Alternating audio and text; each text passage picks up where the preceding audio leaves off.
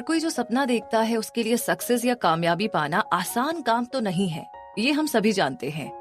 इस सफर में उन चैलेंजेस का सामना करना पड़ता है जो हमारी हिम्मत और काबिलियत को टेस्ट करते हैं। हमारा रास्ता रोकने वाली कई सारी अड़चनों को झेलना पड़ता है, लेकिन लाइफ में आने वाले इन चैलेंजेस के बावजूद हमें हर सिचुएशन में सही रिस्पॉन्स और सही एक्शन लेने के लिए तैयार रहना चाहिए। और इस तैयारी का एक हिस्सा है दुनिया भर के कामयाब लोगों के एक्सपीरियंस से सीखना। उनकी कामयाबी की कहानियों से हमें अपनी लाइफ में अपने सपनों को हासिल करने की सीख मिलती है।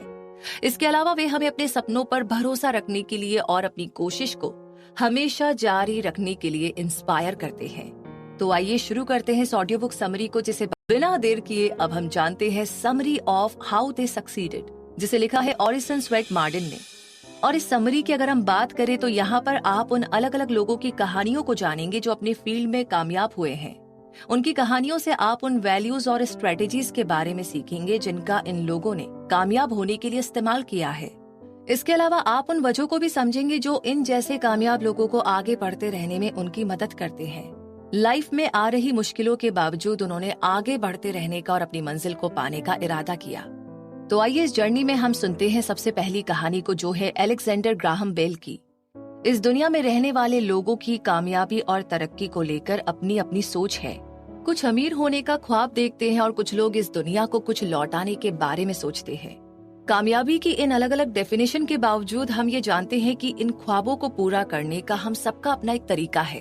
हालांकि जब लाइफ हमारे प्लान्स के मुताबिक नहीं चलती और हम हारे हुए महसूस करने लगते हैं, तो हमें मालूम होना चाहिए कि कामयाबी पाने की तरफ हमें वापस कैसे मुड़ना है। और ऐसा तभी मुमकिन है जब हम हमारे अंदर उस एटीट्यूड को लाएंगे जिससे हम कामयाबी को जल्द हासिल कर सके।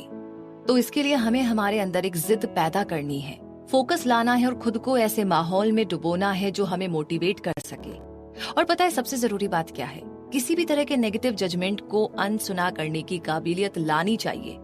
किसी भी तरीके की नेगेटिविटी हमें हमारी मंजिल तक पहुंचने से रोक सकती है, बल्कि हमें कोशिश ये करनी चाहिए कि हम दुनिया को अपनी कामयाबी की कहानी सुना सके, फिर चाहे लोगों को वो नामुमकिन ही क्यों ना लगे।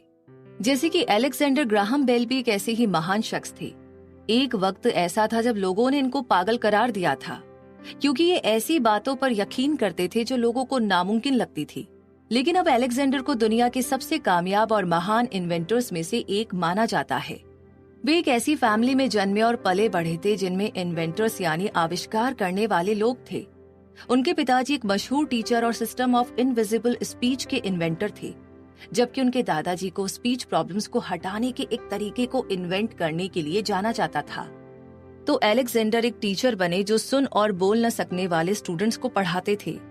वे अमेरिका में बॉस्टन यूनिवर्सिटी के प्रोफेसर भी बने और 9 सालों तक उन्होंने अपना एक्स्ट्रा टाइम इलेक्ट्रिक करंट से साउंड निकालने की कोशिश में बिताया।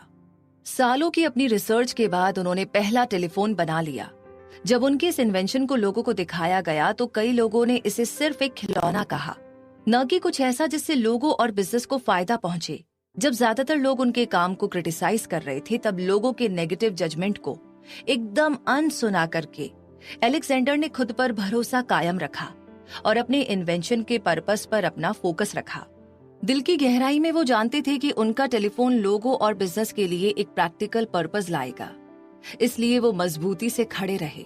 उन्होंने कोशिश की कि लोगों के डाउट को न सुने, बल्कि उन्होंने अपने काम को और भी बेहतर करने का फैसला लिया।